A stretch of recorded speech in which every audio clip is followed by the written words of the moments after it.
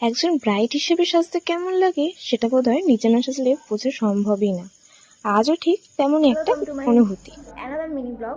So আমি আমার বান্ধবীর বাড়ি চলে এসেছি, আর আমার বান্ধবী তো মেকআপ আর্টিস্ট, আর এটা হচ্ছে ওর so hey guys, welcome to my makeup another room. Mini vlog. কেমন আছো আমি তোমরা এখন সবাই? অবশ্যই মেকআপ জানি। করিনি, তো বান্ধবীর বাড়ি পৌঁছে আগে আমরা পরোটা খেয়ে নিয়েছিলাম, আর তারপর তো যুদ্ধের প্রস্তুতি।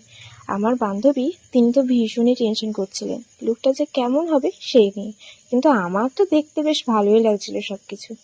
আর একটা কথা কি জানো, এই যে চুলগুলো চাউনির মতো পেঁচিয়ে পেঁচিয়ে মাথায় কি সুন্দর আটকে রেখেছে না, আমার না এটা ভীষণ ভালো লাগে। আমি তো বলছিলাম যে আর হেয়ার স্টাইল করতে হবে না, এটাই থাক। তো এখন অলমোস্ট আমার মেকআপ হেয়ার স্টাইল সব ডান, আর ভীষণই সুন্দর সাজিয়েছে ও। সামনে থেকে দেখালে হয়তো আমি পুরোটা বোঝাতে পারতাম। ওর হাতের কাজ সত্যিই ভীষণ সুন্দর, আমার তো ভীষণ ভালো লেগেছে। তোমরাও জানিও অবশ্যই লোকটা কেমন লাগছে। তারপর একে একে গয়না সাজ চুল সবকিছু যখন কমপ্লিট হতে শুরু করলো, তখন আর নিজেকে চেনাই যাচ্ছিল না।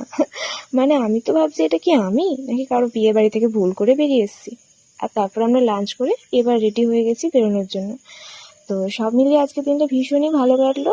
আর আমার বান্ধবীকেও অনেক অনেক থ্যাঙ্কস এত সুন্দর একটা লুক ক্রিয়েট করার জন্য। Thank you so much. তোমাদের কেমন লাগলো অবশ্যই জানিও। চলো দেখা হচ্ছে নেক্সট ভিডিওতে, টাটা।